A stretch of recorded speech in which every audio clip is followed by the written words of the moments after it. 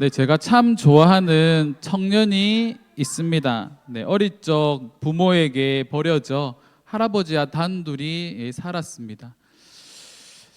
뭐 고생이란 고생은 다 했겠죠. 뭐 정말 할아버지와 단둘이 사는 게 얼마나 어렵겠습니까? 또 심지어 할아버지는 몸도 불편합니다. 그렇게 힘든 시간을 보내다 고등학교 때 이게 탈선의 길에 접어들게 되었고, 네, 그러다 저를 만나게 되었습니다. 그 친구에게 늘 당부했던 것이 뭐냐면, 절대로 오토바이는 타지 마라. 뭐 다른 잘못들 말린다고 안 하진 않겠지만 절대로 오토바이는 타지 마라라고 그렇게 신신당부했는데, 이 친구가 한 번은 저에게 오토바이를 타다가 걸린 거죠. 밤늦게 교회에서 일을 마치고 집에 돌아가고 있는데 뭔가 익숙한 실루엣이 이렇게 오토바이를 타고 숭 하고 이렇게 지나가는 겁니다. 아마 그 친구는 제가 뭐 자기를 보지 못했기를 바랬겠지만 또 제가 눈이 좋거든요. 그리고 이제 집에 돌아가는 길에 바로 이렇게 카톡을 보냈습니다. 야, 너 내일 죽었다. 이렇게 딱 보냈거든요. 그래서 이제 그 다음 날 이 친구에게 연락이 왔는데 이렇게 연락이 왔습니다. 목사님, 죄송합니다. 보통 다른 친구들은 제가 이렇게 지적을 하거나 뭔가 뭐라 하면 알겠습니다. 네, 목사님 그렇게 할게요라고 말을 하지만 지키지 않는 친구들이 참 많습니다. 거의 대부분이죠. 그런데 이 친구는 어떻게 했냐면 며칠 후에 자기가 타고 있던 오토바이를 바로 정리했습니다. 그리고 오토바이를 팔았다는 그 인증사진을 저에게 보낸 거죠. 그리고 이제 고등학교를 졸업하면서 이제 생계를 위해서 대형마트의 보안직으로 이렇게 취업을 했습니다. 할아버지랑 단둘이 자랐는데 당장 생계를 책임져야 할 입장이 돼버린 거죠. 뭐 할아버지는 몸이 불편하셔서 고동도 할 수 없고, 부모님은 함께 살고 있지 않기 때문에 오롯이 이제 할아버지를 책임지는 건 이 친구입니다. 그래서 보안직 일을 열심히 하고 있다가 1년 정도 일을 했을 때 입영 통지서를 받았습니다. 입영 통지서를 받았을 때 이 입영을 조금 미루거나 아니면 면제를 받고 싶어 자신의 사정에 대해서 다 이야기를 했는데, 이 서류상에 부모가 살아있다라는 그 흔적이 있으니까 군 면제가 안 되는 거죠. 그때 할아버지가 고동이 불편하셔서 거의 움직이지 못하시는 그런 상태인데, 이 할아버지를 홀로 두고 할 수 없이 또 군입대를 하게 됩니다. 참 꼬이대로 꼬인 인생이죠. 그런데 그 친구가 그때까지도 불평 한 번 한 적이 없습니다. 그렇게 이제 군대를 전역하고 난 이후에 보안팀장, 저랑 함께 일했던 보안팀장에게 연락이 와서 너 다시 나랑 일하자고 해서 부산에 있는 모 대형마트, 창고용 대형마트에서 보안직으로 근무를 하다 최근 저희 집 근처에 있는 마트에 보안팀장으로 근무를 하기 시작을 했습니다. 이 친구를 보면서 느낀 게 뭐냐면, 누구보다 바르고 성실하게 자신의 길을 걸어가는 사람이죠. 대부분 사람들은 환경이 좋지 않거나 집안이 어려우면 탈선을 하거나 집안이 어려운 것을 핑계로 자신이 이제 잘못된 삶을 살아가는 것을 정당화했는데, 이 친구는 모든 것들을 다 뒤집고 그래도 정직하게 바르게 걸어가다 보니까 스스로 집도 마련하고 차도 사고 안정적인 직장을 다니면서 그렇게 살고 있다라는 겁니다. 또 반대인 친구들 있죠. 집은 엄청 잘 사는데 그게 도리어 독이 되어서 탈선의 길에 접어드는 아이들도 있습니다. 스케일이 다르죠. 사고치는 스케일이 다릅니다. 아이들은 2, 30만 원짜리 후진 오토바이 탈 때 이 아이는 300만 원, 400만 원짜리 오토바이를 타고 다니는 그런 친구들. 환경이 좋다고 해서 탈선하지 않는 것이 아니라, 환경이 나쁘다고 해서 탈선하지 않는 것이 아니라 자신의 결정과 선택에 따라 자신의 길이 달라지게 된다라는 겁니다. 한 가지 확실한 것은 정직하고 바른 길을 걸어가는 그 길은 하나님께서 축복하신다라는 거죠. 감사하게도 그 친구가 이번 주 수요일에 맛있는 걸 사주기로 해서 만나기로 했습니다. 소고기를 사달라고 했더니 굽는 건 안 되고 네, 물에 삶은 건 된다고 해서 이제 네, 삶은 고기를 먹으러 가기로 했습니다. 네, 오늘 말씀에 보니까 우리 인생의 두 가지 길에 대해서 말을 하고 있습니다. 첫 번째 길은 복 있는 사람이 걷는 길이고 두 번째 길은 악인들의 길입니다. 오늘 말씀에 보면 이 두 길의 차이점을 아시겠습니까? 우리 1절 말씀에서 한번 찾아보실까요? 네, 맞추시는 분께는 제가 예배 마치고 소정의 상금을 드리도록 하겠습니다. 1절 말씀에 보면 복 있는 사람의 길과 악인들의 길의 차이점이 무엇일까요? 제가 계속 말씀드리고 있습니다. 지금 복 있는 사람의 길과 악인들의 길. 네, 우리 박지혜 맞습니다. 자, 복 있는 사람의 길은 단수로 이렇게 표현되어 있는데 악인들의 길은 복수로 되어 있죠.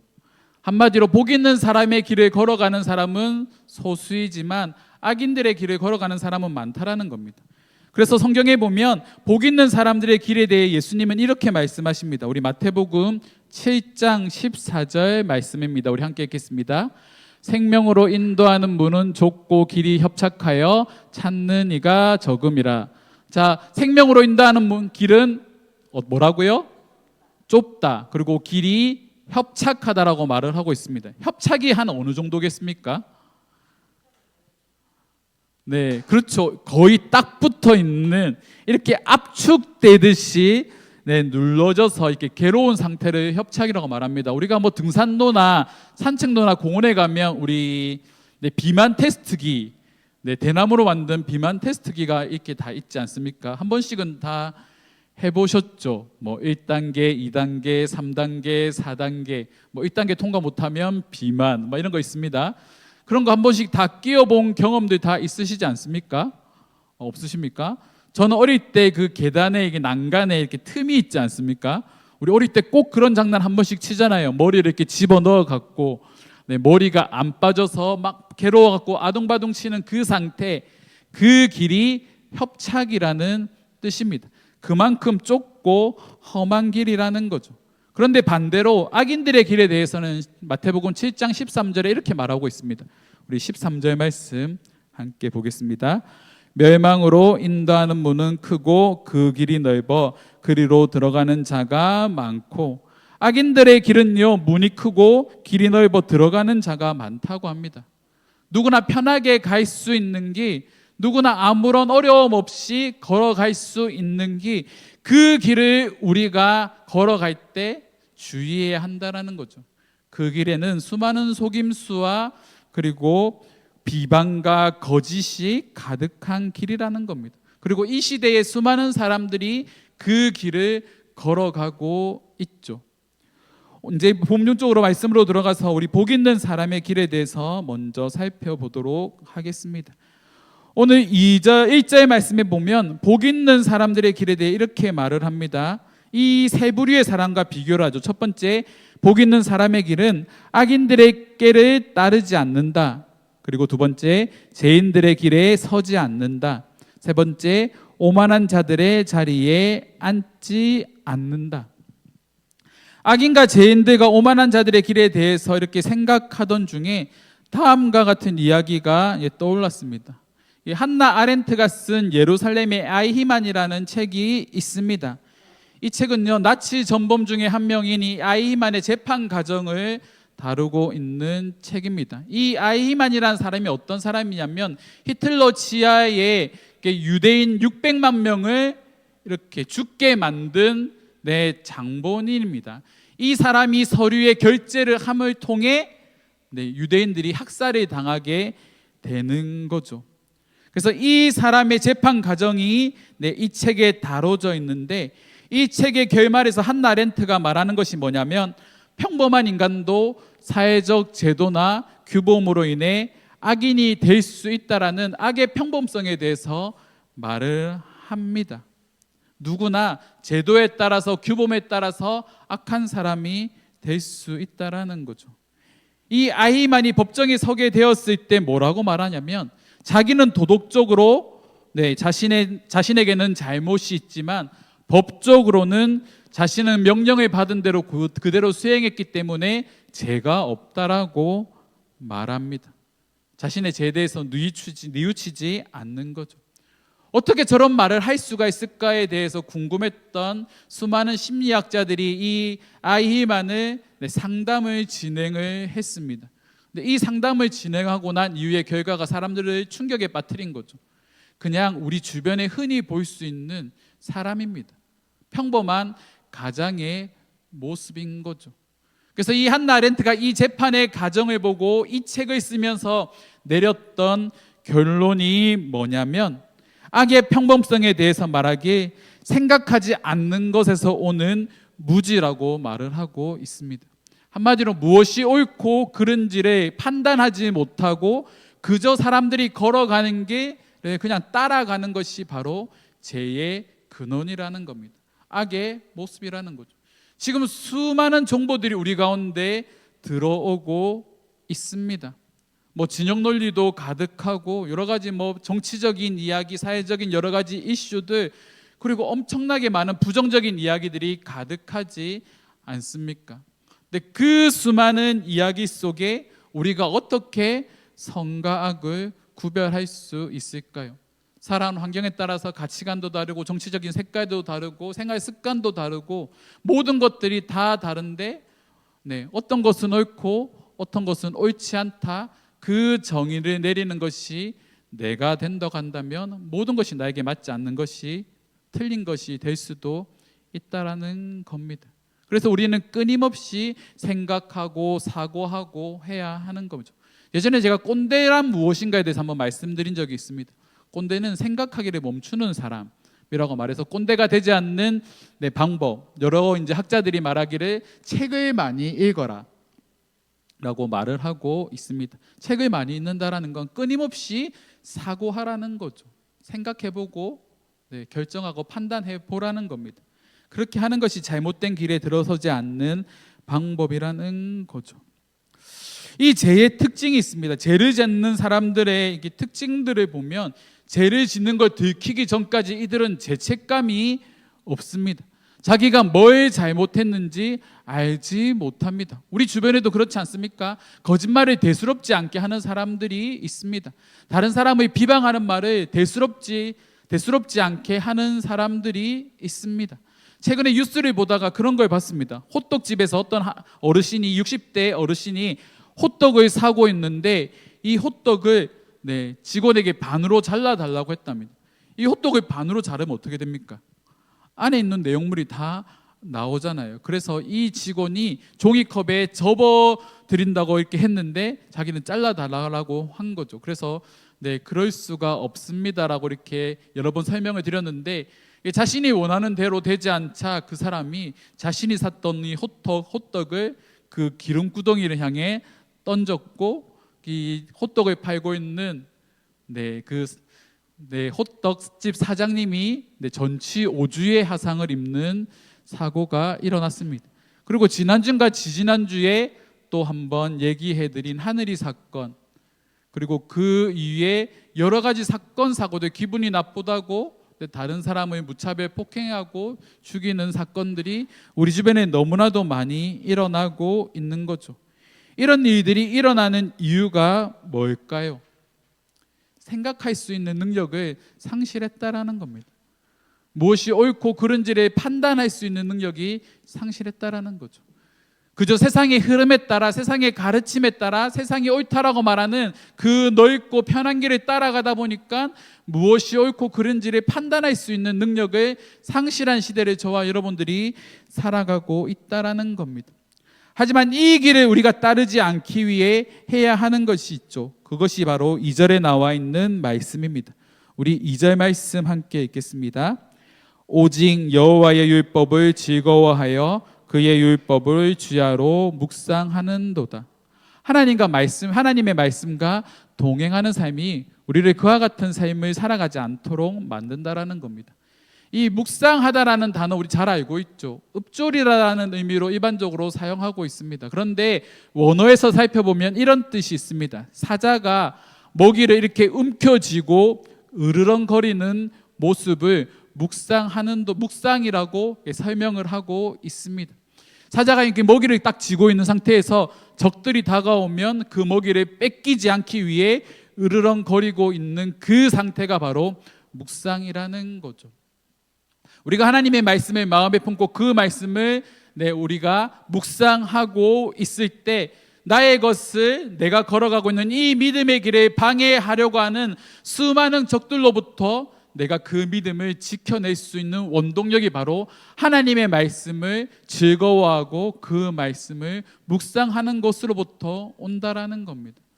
그래서 우리는 때를 얻든지 못 얻든지 말씀을 읽어야 되고 끊임없이 말씀을 읊조려야 되는 거죠. 한 주 동안 나에게 주셨던 말씀을 계속 반복적으로 묵상하고, 아니면 묵상하는 것이 어렵다면 내가 볼 수 있는 곳에 말씀을 적어서 붙여놓고 그걸 반복적으로 읽는 겁니다. 그 말씀이 나의 마음에 새겨지기 시작할 때, 이런 악한 것들이 나에게 들어올 때 그것을 막아낼 수 있는 힘이 나에게 생기는 거죠. 그래서 우리는 악에 대한 경계할 수 있는 마음이 필요합니다. 그리고 믿음을 통해서 악한 것들을 물리친 경험들이 쌓이면 쌓일수록 우리의 믿음이 더욱더 견고해지는 거죠. 한 번은 저희 아내가 부정적인 방법으로 좋은 성적을 거둔 사람들 때문에 속상해한 적이 있습니다.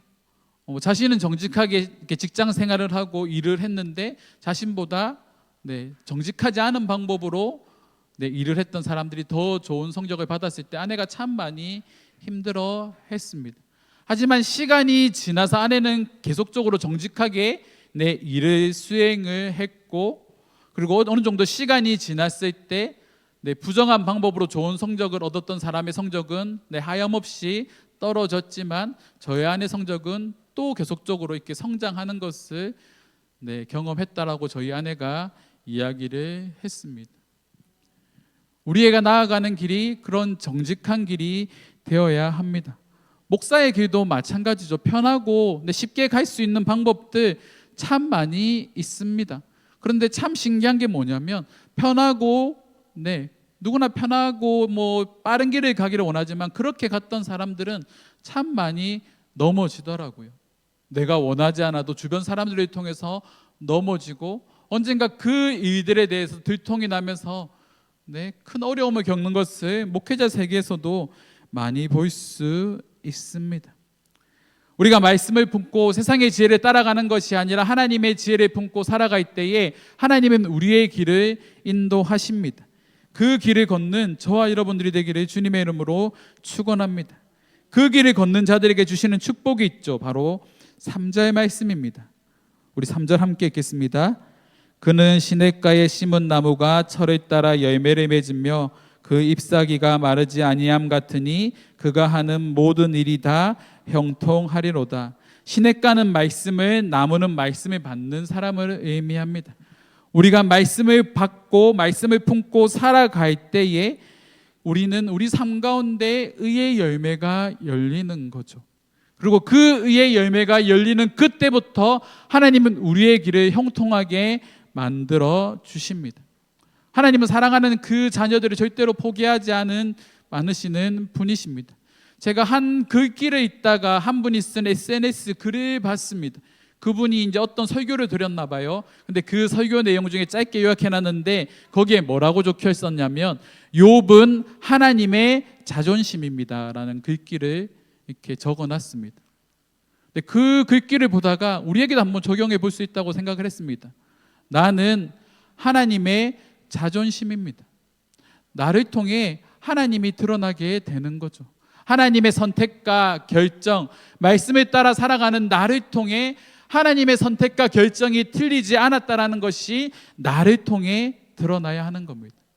그것이 우리가 걸어가야 되는 믿음의 길이죠. 그러면 반대로 우리 악인들의 길을 한번 살펴보겠습니다. 악인들의 길은 그렇죠. 아까 1절에서 살펴봤던 것처럼 악인들의 길은 깨와 거짓과 오만에 사로잡혀 있는 길입니다. 그리고 이 악인들의 길에 대해서 정의하게 4절 말씀에 보면 이렇게 정의합니다. 우리 4절 말씀 함께 읽겠습니다. 악인들의 길은 그렇지 않으며 오직 바람에 나는 겨와 같도다. 여러분 벼 털어본 경험 있으십니까? 제가 한참 이제 모 지역의 농장에 저희 아이들을 데리고 갈 때 모를 심은 적이 있습니다. 그래서 이제 가을쯤 돼서 이제 수확할 시기가 되었을 때 이 타작기로 막 벼를 털고 난 다음에 하는 작업이 뭐냐면 키에 올려놓고 이제 벼를 치는 거죠. 그러면 이 벼를 치면 벼가 이렇게 높이 떠오르면서 이게 씨앗이 벗겨진, 겨가 벗겨진 이 껍질들은 바람에 날려 이렇게 흩날리게 됩니다. 하지만 알을 품고 있거나 이 벗겨진 아이들은 그대로 키로 떨어지는 거죠. 근데 악인들의 삶이 그와 같다라는 겁니다. 작은 요동에도, 작은 흔들림에도 그들의 삶이 요동치기 시작하는 거죠. 늘 불안함 속에, 늘 걱정 속에, 늘 두려움 속에 살아가게 된다라는 겁니다. 거짓과 술수로 쌓은 것들은 쉽게 무너집니다. 그래서 늘 불안하죠. 언제 맞닥뜨리게 될지 모르는 그 심판과 그 죄로 인한 두려움 속에 그들은 날마다 살아가고 있다라는 겁니다. 그래서 히브리서 9장 27절 말씀에 보면 다음과 같이 말하죠. 한 번 죽는 것은 정해진 것이요 그 후에는 심판이 있으리라. 한 번 죽는 것은 모든 사람들에게 정해져 있는데 그 이후에는 심판이 있다라고 말합니다.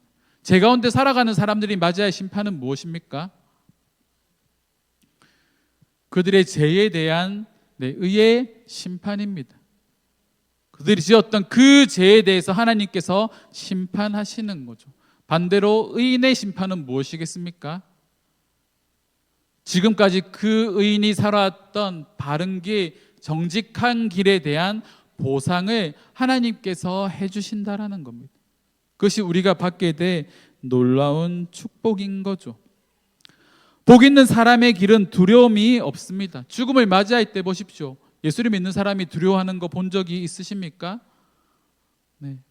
저는 많은 분들의 이렇게 죽음을 봐왔지만 예수 믿는 사람들은 특유의 담대함이 있습니다. 저희 어머니만 보더라도 정말 담대하게 투병하는 가운데서도 찬양하시며 생을 마감하셨습니다. 두려움이 없는 거죠. 심판에 대한 두려움이 없는 겁니다. 하나님과 영원히 함께하는 삶이 우리에게 예비되어 있기 때문에 심판에 대한, 죽음에 대한 두려움이 없는 거죠. 그것이 믿음의 길입니다.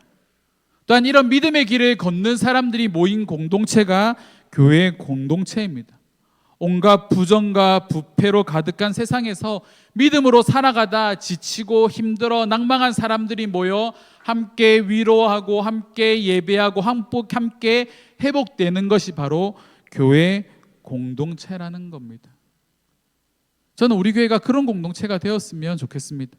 회복이 있는 공동체, 즐거움이 있는 공동체, 그리고 회복되어져서 다시 세상 가운데 오직 믿음으로 살리라는 그 하나님의 말씀처럼 믿음 가운데 살아낼 수 있는 그런 저와 여러분들이 되기를 간절히 소망합니다. 하박국 선지자에게 하나님 말씀하시지 않습니까? 하나님, 이 부정과 부패가 가득한 세상, 악의 죄만 범하는 사람들, 죄를 짓는 사람들, 거짓을 행하는 그 사람들이 판을 치고 있는 이 세상에 하나님, 우리 믿는 사람들은 어떻게 살아야 되겠습니까? 라고 반문했을 때 왜 우리는 이런 어려움들을 겪으며 이렇게 살아가야 됩니까? 라고 반문했을 때 하나님께서 말씀하시지 않습니까? 오직 의인은 믿음으로 말미암아 살리라. 우리는 믿음으로 사는 겁니다. 힘들어도 믿음으로 사는 겁니다.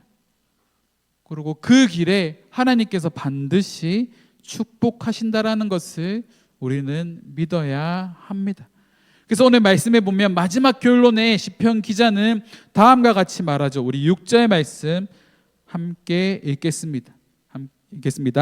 무릇 의인들의 길은 여호와께서 인정하시나 악인들의 길은 망하리로다. 이 6절의 말씀을 묵상하다가 떠오른 인물이 우리가 이제 지지난주까지 살펴봤던 여호수아라는 인물입니다. 여호수아가 가나안 땅에 들어가고 그리고 그의 생을 마감하는 그때에 이스라엘 백성들을 향해서 이런 말을 하죠.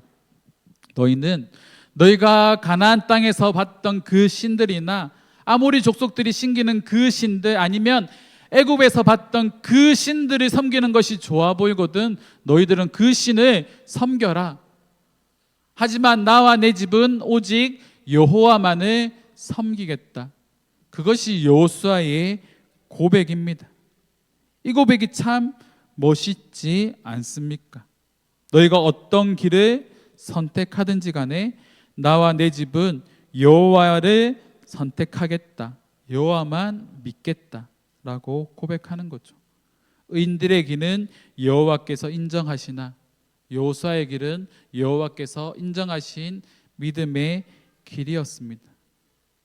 그런 길을 우리가 가야 하지 않겠습니까? 악인들의 길의 결론은 멸망입니다.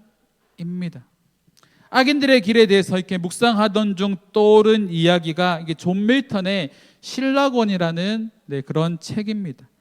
이 책에 보면 죽음을 다음과 같이 정의합니다. 영원한 굶주림으로 늘 괴로운 존재. 죽음은요, 영원한 괴로움으로 늘 괴로운 존재라는 겁니다. 우리가 죽음에 대한, 심판에 대한 두려움 속에 살아간다면 우리는 늘 괴로운 존재, 두려운 존재로 살아가는 거죠. 그리고 악인들의 길에는 만족함이 없습니다. 더 많은 것을 누리기 위해, 더 많은 것을 채우기 위해 끊임없이 거짓된 삶을 살아가는 거죠. 그것이 악인의 길입니다. 우리가 그 길로 나아가지 않도록 우리가 말씀을 묵상하고 세상을 경계하며 살아가는 저와 여러분들이 되기를 주님의 이름으로 축원드립니다. 말씀을 정리하려고 합니다. 말씀을 정리하기 전에 제가 동화 한 편을 소개해 드리겠습니다. 이 동화는요, 제가 요즘에 이제 챗GPT에 대해서 이렇게 한 분과 공부를 하고 있는데, 제 오늘 했던 설교 원고를 그대로 챗GPT한테 그림 동화로 만들어줘라고 했더니, 그렇게 해서 만들어준 동화인데, 오늘 설교의 내용들을 참 잘 정리한 것 같습니다. 제가 한번 읽어드리겠습니다. 동화 두 개의 길. 옛날 어느 마을에 하람이라는 소년이 살았어요. 하람이는 성실하고 착했지만 친구들처럼 쉽게 성공하고 싶었어요. 어느 날 하람이는 숲속에서 신비한 노인을 만났어요. 노인은 하람이에게 두 개의 길을 보여주었어요. 한쪽 길은 넓고 반짝이는 돌길이었어요.